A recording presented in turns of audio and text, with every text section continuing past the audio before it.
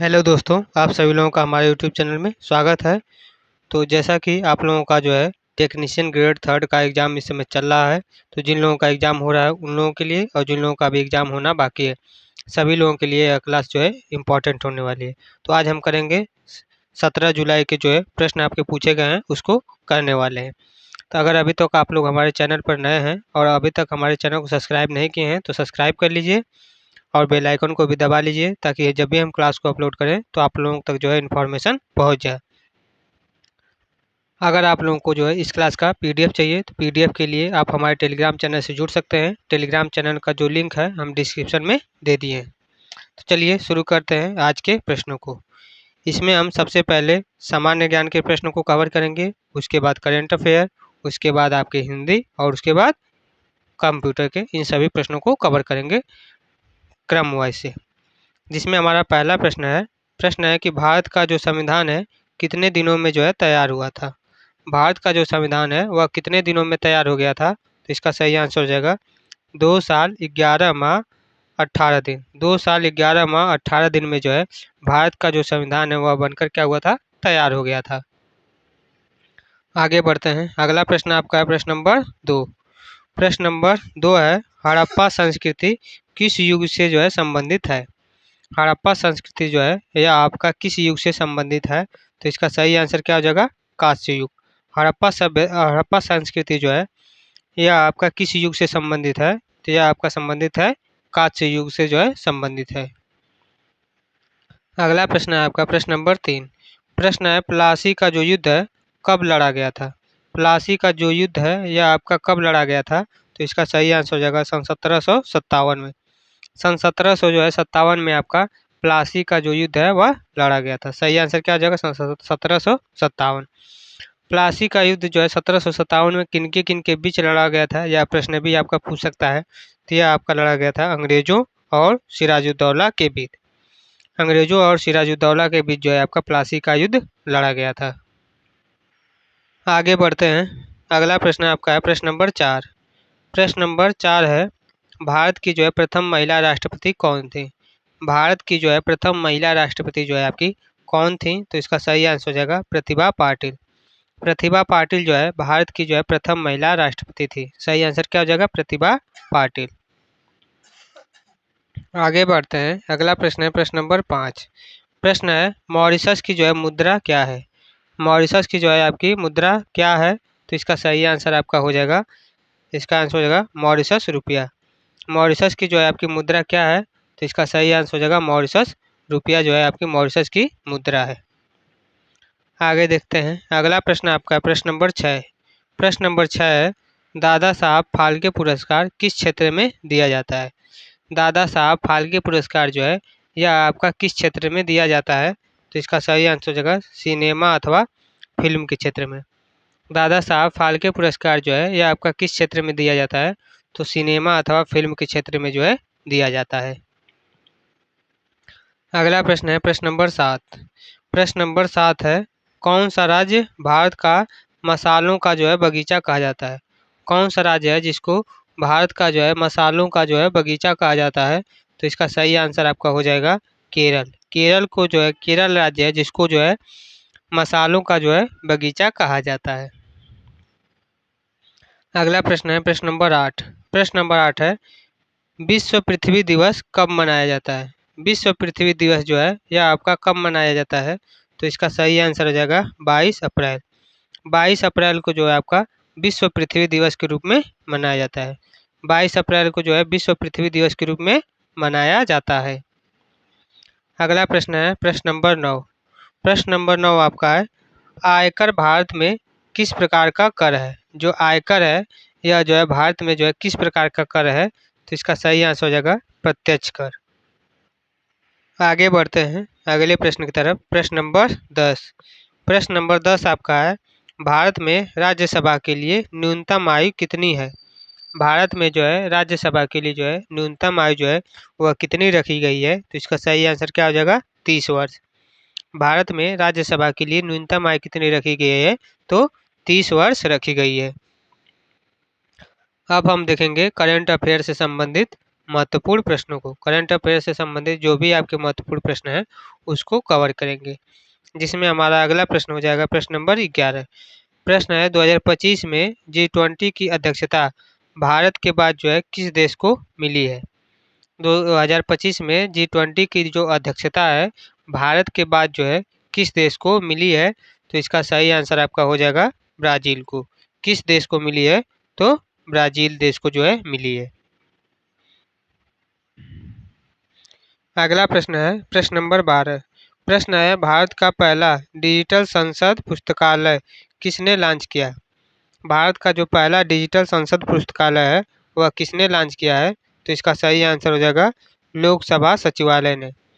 लोकसभा सचिवालय ने जो है भारत का पहला डिजिटल संसद पुस्तकालय को जो है लॉन्च किया है। आगे बढ़ते हैं। अगला प्रश्न है प्रश्न नंबर 13।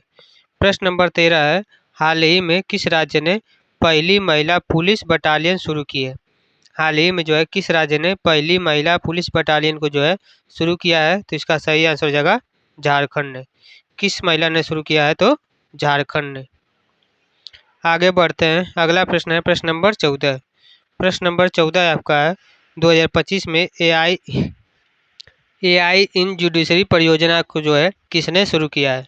2025 में AI इन जुडिशरी परियोजना को जो है किसने शुरू किया है? तो इसका सही आंसर हो जाएगा भारत का सर्वोच्च न्यायालय। किसने शुरू किया है? तो भारत का जो है सर्वोच्च न्यायालय ने जो है शुरू किया है। आगे बढ़ते हैं। अगला प्रश्न है प्रश्न नंबर 15। प्रश्न नंबर 15 है 2025 में भारत ने किस देश के साथ डिजिटल पब्लिक इंफ्रास्ट्रक्चर पर जो है समझौता किया है? 2025 में भारत ने किस देश के साथ डिजिटल पब्लिक इंफ्रास्ट्रक्चर पर जो है समझौता किया है? तो इसका सही आंसर हो जाएगा सिंगापुर। सही आंसर क्या हो जाएगा? सिंगापुर। अब हम देखेंगे हिंदी व्याकरण से संबंधित जो भी आपके महत्वपूर्ण प्रश्न हैं सभी को कवर करेंगे। जिसमें आपका पहला प्रश्न हो जाएगा, अगला प्रश्न हो जाएगा प्रश्न नंबर 16। प्रश्न नंबर 16 है राजधानी किस प्रकार की संज्ञा है? राजधानी जो है यह आपकी किस प्रकार की संज्ञा है? तो इसका सही आंसर हो जाएगा जातिवाचक संज्ञा। राजधानी में जो आपकी कौन सी संज्ञा हो जाएगी? तो जातिवाचक संज्ञा है। अगला प्रश्न आपका है प्रश्न नंबर 17। प्रश्न है निर्दयी का जो है विलोम शब्द क्या होगा? निर्दयी का जो है आपका विलोम शब्द क्या हो जाएगा? तो इसका सही आंसर हो जाएगा दयालु। निर्दयी का विलोम क्या हो जाएगा? तो दयालु हो जाएगा। अगला प्रश्न है प्रश्न नंबर 18। प्रश्न नंबर 18 आपका है कर्मयोगी में कौन सा समास है? कर्मयोगी में जो है आपका कौन सा समास होगा? तो इसका सही आंसर हो जाएगा कर्मधारय समास। कर्मयोगी में जो है आपका कौन सा समास होगा? तो कर्मधारय समास होगा। आगे बढ़ते हैं। अगला प्रश्न है प्रश्न नंबर 19। प्रश्न है मानवता शब्द में कौन सा प्रत्यय है? मानवता शब्द में जो है आपका कौन सा प्रत्यय होगा? तो इसका सही आंसर क्या हो जाएगा? ताप प्रत्यय होगा। मानवता शब्द में जो है आपका कौन सा प्रत्यय होगा? तो ताप प्रत्यय होगा। अगला प्रश्न है प्रश्न नंबर 20। प्रश्न नंबर 20 है विद्या धन आलय बराबर हो जाएगा विद्यालय। इसमें जो है कौन सी संधि है? विद्या धन आलय बराबर आपका हो जाएगा विद्यालय। तो इसमें कौन सी संधि हो जाएगी? तो इसका सही आंसर हो जाएगा गुण संधि। विद्यालय में जो है कौन सी संधि होगी? तो गुण संधि होगी। आगे बढ़ते हैं अगले प्रश्न की तरफ। प्रश्न नंबर 21। प्रश्न नंबर 21 है लज्जा का जो है पर्यायवाची शब्द क्या है? लज्जा का जो है पर्यायवाची शब्द क्या होगा? तो इसका आंसर हो जाएगा संकोच। लज्जा का पर्यायवाची शब्द क्या हो जाएगा? तो संकोच हो जाएगा। सही आंसर क्या हो जाएगा? संकोच। अगला प्रश्न है प्रश्न नंबर 22। प्रश्न है क्रोधित शब्द किस शब्द से बना हुआ है? जो आपका क्रोधित शब्द है वह किस शब्द से बना हुआ है? तो इसका आंसर हो जाएगा क्रोध प्लस इत। क्रोध प्लस इत से जो है आपका क्या बना हुआ है? क्रोधित शब्द बना हुआ है। अगला प्रश्न है प्रश्न नंबर 23। प्रश्न नंबर 23 है अनधिकार में जो है आपका उपसर्ग क्या है? अनधिकार में जो है आपका क्या उपसर्ग होगा? तो इसका सही आंसर आपका हो जाएगा अन। अनधिकार में आपका क्या उपसर्ग हो जाएगा? तो अन उपसर्ग हो जाएगा। अगला प्रश्न है प्रश्न नंबर 24। प्रश्न नंबर 24 है गर्भगृह किस समास का उदाहरण है? गर्भगृह जो है यह आपका किस समास का उदाहरण है? तो इसका सही आंसर क्या हो जाएगा? तत्पुरुष समास का उदाहरण आपका क्या है? गर्भगृह है। अगला प्रश्न है प्रश्न नंबर 25। प्रश्न है संगीत प्रेमी किस प्रकार का समास है? संगीत प्रेमी जो है यह आपका किस प्रकार का समास है? तो इसका आंसर हो जाएगा बहुव्रीहि समास है। संगीत प्रेमी जो है यह आपका किस प्रकार का समास है? तो बहुव्रीहि समास है।